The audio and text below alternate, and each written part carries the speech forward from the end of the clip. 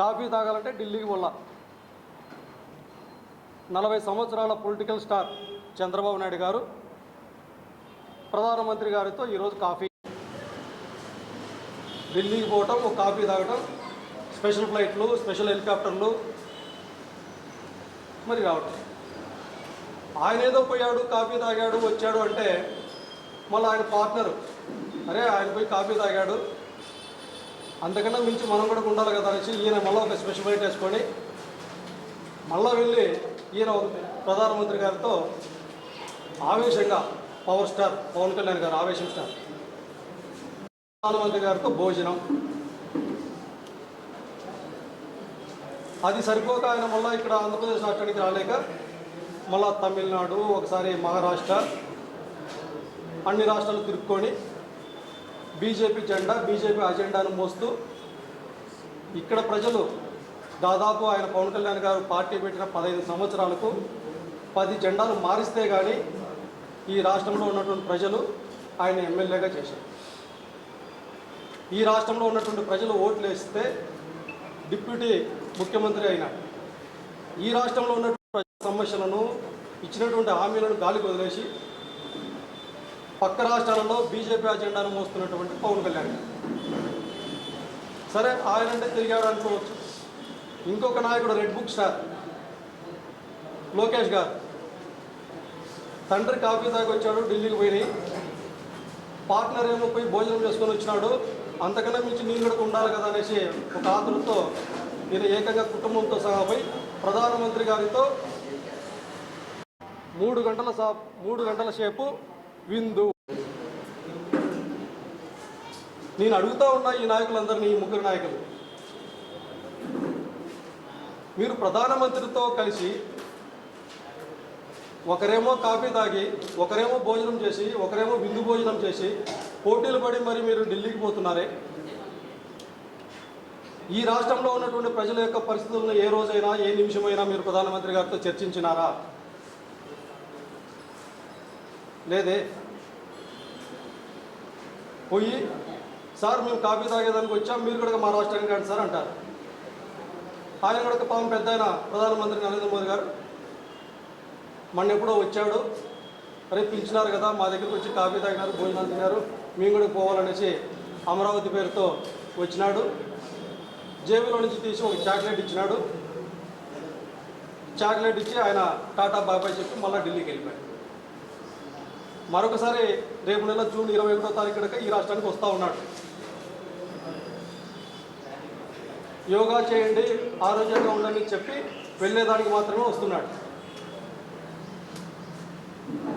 మరి ఈ రాష్ట్ర పరిస్థితులు ఏంటి? ఈ సంవత్సర కాలంలో ఇవన్నీ చేసేదానికి ఈ రాష్ట్ర ప్రజల పేరుతో మీరు చేసినటువంటి అప్పులు 1,35,000 కోట్ల రూపాయలు.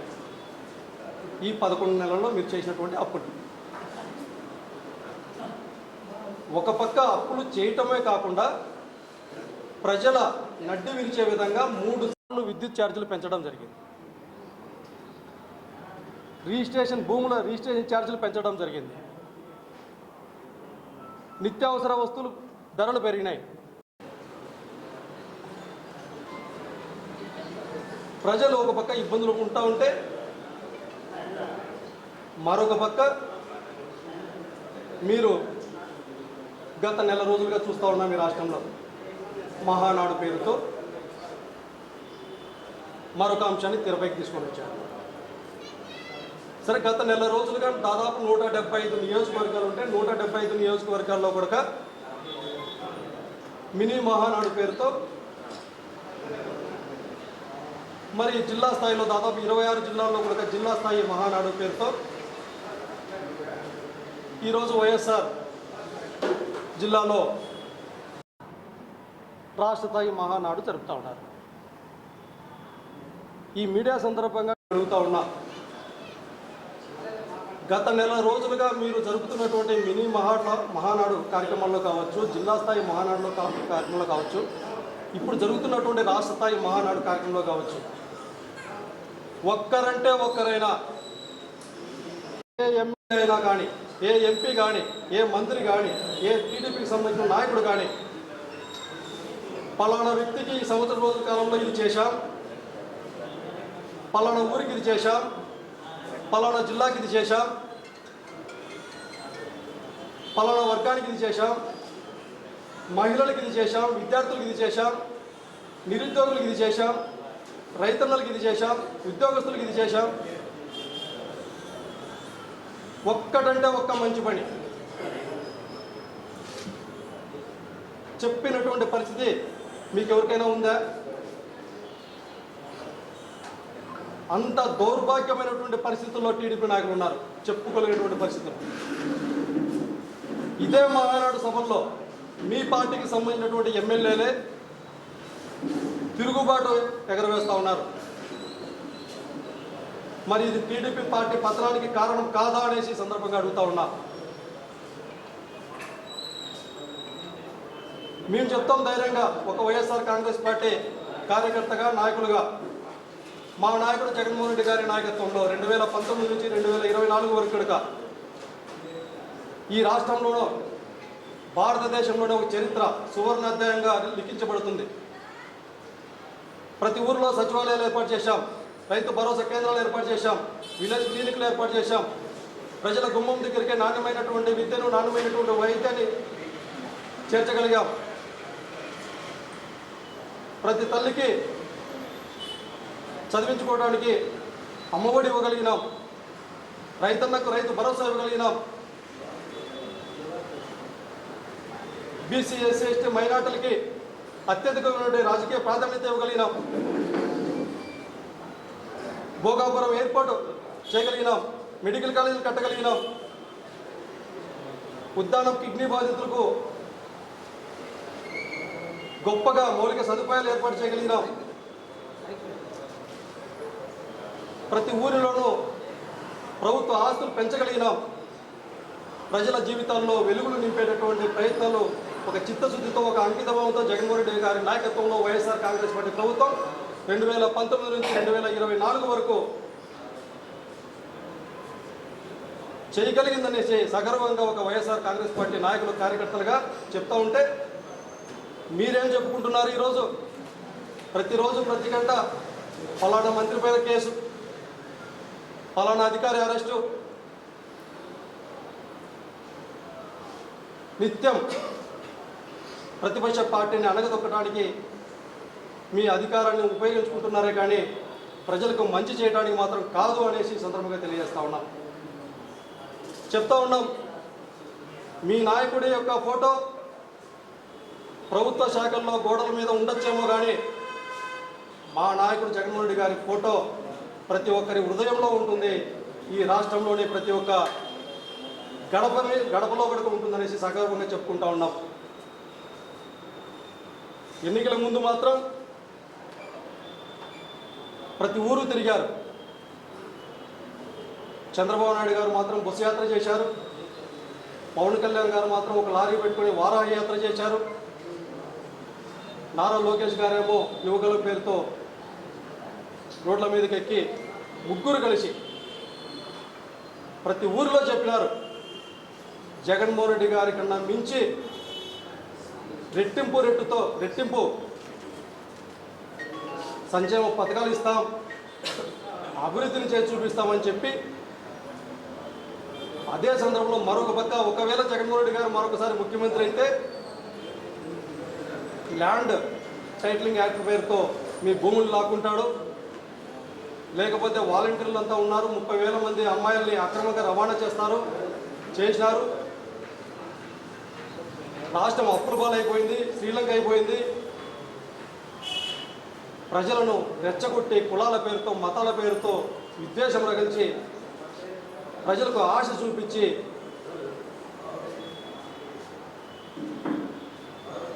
ప్రతి ఊరు తిరగటం వల్ల కొంత శాతం మంది ప్రజలు ఒక ఆలోచన చేసినారు ఎన్నికల ముందు, అయ్యో ముసలాయన చంద్రబాబు నాయుడు గతంలో 2014 నుంచి 2019 వరకు దాదాపు 200 హామీలు ఇచ్చాడు, ఏ ఒక్క హామీ నెరవేర్చలేదు, అప్పట్లో లాస్ట్లో ఒక 6 నెలలు ఉండగా పసుపు కుంకుమ కార్యక్రమం మాత్రం చేపట్టాడు. అవన్నీ చేయలేదేమో, ఆయనలో ఎక్కడో చోట పశ్చాత్తాపడ్డాడేమో, ఈ చివరి రోజుల్లో ప్రజలకు ఏదైనా మంచి చేస్తాడేమో అనేటటువంటి ఉద్దేశంతో కొంతమంది జగన్మోహన్ రెడ్డి గారు ఎంతైతే న్యాయం చేశాడో ఇంకా ఆయన అది చేస్తాను ఇది చేస్తాను అంటున్నాడు కదా అనేసి, అంటే ఇంతమంది పవన్ కళ్యాణ్ ఒక పక్క రెచ్చగొట్టి వీళ్ళందరూ కలిసి చెప్తున్నారు కదా, మా జీవితాల్లో ఇంకా ఒకరు ఏమన్నా ఇంకా కొంత ఏమన్నా బెటర్గా వెలుగులు వస్తాయేమో అనే ఉద్దేశంతో కొంత ఒక 10-12% మంది ఆయన చెప్పిన మాటలు నమ్మి వాళ్ళని అధికారంలోకి కూర్చోబెట్టడం జరిగింది. అధికారంలోకి కూర్చున్న తర్వాత మహిళలకు ఇస్తామన్న చెప్పినటువంటి తల్లికి వందనం దో ఈరోజు, దో రేపు, దో ఇంకొక నెల కాలయాపన చేస్తూ మొదటి సంవత్సరంలో ఇవ్వాల్సిన కార్యక్రమాలన్నీ ఎగరగొట్టినారు.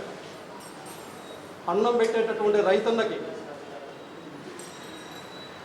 అన్నదాత సుఖీభవ అనే ఒక టైటిల్ పెట్టి 20,000 రూపాయలు ఇస్తామని చెప్పి ఇదిగో అదిగో అని మొదటి సంవత్సరం అంతా ఎగరగొట్టారు. పిల్లలు చదువుకునేటటువంటి హైయర్ ఎడ్యుకేషన్ చదివేటటువంటి పిల్లలు, ఎంతో ఉన్నత ఆశయాలు, తమ జీవితంలో మంచి భవిష్యత్తును కోరుకునేటటువంటి పిల్లలు, చదువుకునేటటువంటి వాళ్ళకి ఫీజు రియంబర్స్మెంట్ బకాయిలు ఇవ్వక ఈరోజు కూలి పనికి పోయేటువంటి పరిస్థితులు చూస్తూ ఉన్నాం. ఆరోగ్యశ్రీ ఇదే కాదు, ఎన్నో హామీలు, దాదాపు 145 హామీలు ఉన్నాయి. బీసీ ఎస్సీ ఎస్టీ మైనార్టీలకి 50,000కే పెన్షన్ అన్నారు. లేదు, ఏ ఒక్క హామీ కూడా మొదటి సంవత్సరానికి సంబంధించినటువంటిది ఇంతవరకు ఒక్కటంటే ఒక్క హామీ కూడా నెరవేర్చలేదు. రెండవ సంవత్సరం కూడా వస్తుంది. ఇప్పుడు మొదటి సంవత్సరానికి సంబంధించినటువంటి హామీలు నెరవేరుస్తారా, లేదా రెండవ సంవత్సరానికి సంబంధించినటువంటిది మరి తూతూ మంత్రంగా ఏదో అన్నదాత సుఖీభవ లేకపోతే తల్లికి వందనం అనేసి కొంత వేసేసి చేతులు దులుపుకుంటారా అనేసి ఈ సందర్భంగా ప్రశ్నిస్తూ ఉన్నాం.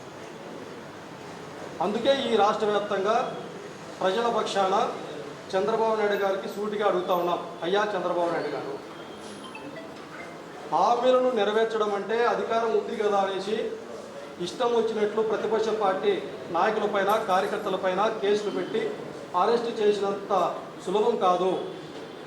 హామీలను నెరవేర్చడం అంటే మానవత్వంతో కూడినటువంటి ప్రజల పట్ల ఒక చిత్తశుద్ధి, ఒక అంకిత భావం, చేయగలననే ఒక తపన ఒక జగన్మోహన్ రెడ్డి గారి మాదిరిగా ఉంటేనే ప్రజలకు ఇచ్చినటువంటి హామీలు నెరవేర్చేదానికి సాధ్యమవుతుందనేసి సందర్భంగా తెలియజేస్తూ ఉన్నాం. మరొక పక్క ఈ రాష్ట్ర ప్రజలు కూడా విన్నవించుకుంటా ఉన్నాం. ఇప్పటికైనా ఒకసారి ఆలోచించండి. చెట్టు నాటి నీళ్లు పోసి వ్యవసాయం ఏ విధంగా చేస్తారో కష్టపడి ఆ విధంగా రాజకీయం చేసినటువంటి వ్యక్తి జగన్మోహన్ రెడ్డి గారైతే, పంట పండిన తర్వాత కాయలకు తల పేరు పెట్టుకొని రాజకీయం చేసేటటువంటి వ్యక్తి చంద్రబాబు నాయుడు గారు. అందుకే వైఎస్ఆర్ కాంగ్రెస్ పార్టీ జగన్మోహన్ రెడ్డి గారి నాయకత్వంలో ఈ రాష్ట్రంలో ఉన్నటువంటి మేధావులు, విద్యార్థులు, ప్రజా సంఘాలు, వైఎస్ఆర్ కాంగ్రెస్ నాయకులు, కార్యకర్తలు, ప్రజలు ప్రతి ఒక్కరు కూడా ఒకసారి గట్టిగా ఆలోచించి జగన్మోహన్ రెడ్డి గారి నాయకత్వాన్ని బలపరుచుకొని ఈ రాష్ట్రానికి పట్టినటువంటి దరిద్రాన్ని వదిలించుకోవడానికి చెయ్యి కలుపుదామనేసి ఈ సందర్భంగా తెలియజేస్తూ, జరుగుతున్నటువంటి మహానాడు కాదు, నయ్య వంచనకు గురి చేసినటువంటి దగానాడు అనేసి ఈ సందర్భంగా తెలియజేస్తూ, కేవలం మా నాయకుల పట్ల విషం చుమ్మటానికి మాత్రమే మీరు కార్యక్రమాలు పెడుతున్నారే కానీ ప్రజలకు ఉపయోగపడే విధంగా లేదు. ఈరోజు కడపలో జరుపుతూ ఉన్నారు. అమరావతిలో భోంచేసి రాయలసీమకు వచ్చి చేతులు కడుక్కునే విధంగా ఇక్కడికి రాయలసీమలో కడపకు వచ్చి మహానాడు పేరుతో రాజకీయాలు చేస్తూ ఉన్నారు. మరి ఇదే కడప నడిబొడ్డున గండికోట రిజర్వాయర్ ప్రాజెక్టుకు సంబంధించి కావచ్చు, అన్నమయ్య రిజర్వాయర్ ప్రాజెక్టుకు సంబంధించిన నిర్వాసితులకి మీరు చెప్పినటువంటి ఆదుకుంటామని ఇంతవరకు లేదు. కడప ఉక్కు కర్మాగారం ఏర్పాటు పూర్తి చేస్తే వేలాది మందికి ఉద్యోగ అవకాశాలు ఇస్తారు. అవన్నీ చేయగలిగితేనే ఆ ప్రాంత ప్రజలు పండగ వాతావరణం జరుపుకుంటారు. కానీ మీరేదో వచ్చి పసుపు జెండాలు కట్టుకొని మహానాడు కార్యక్రమాలు పెట్టి మా నాయకుని తిట్టినంత మాత్రాన మళ్ళీ దానికి మహానాడు ఒక పండగ ఎందుకు చేసుకుంటారు? పండగ ప్రజలు ఏం చేసినారని, ఏం ఉద్ధరించినారని పండగ వాతావరణం చేసుకుంటారు? సూటిగా అడుగుతూ ఉన్నాం, ఇచ్చినటువంటి హామీల పట్ల చిత్తశుద్ధితో అమలు చేయండి. మేమేం గొంతమ్మ కోరికలు కోరడం లే ప్రజల పక్షాన. మీరేదైతే హామీలు ఇచ్చారో ఆ హామీలు మాత్రమే నెరవేర్చమని చెప్పి అడుగుతూ ఉన్నాం. అందుకే హామీల పట్ల చిత్తశుద్ధితో అమలు చేసేటువంటి కార్యాచరణ రూపొందించండి. లేకపోతే వైఎస్ఆర్ కాంగ్రెస్ పార్టీ ఆధ్వర్యంలో జగన్మోహన్ రెడ్డి గారి నాయకత్వంలో ఉద్యమాలను తీవ్రతరం చేస్తామని సందర్భంగా ప్రభుత్వాన్ని హెచ్చరిస్తూ ఉన్నాం. జై జగన్.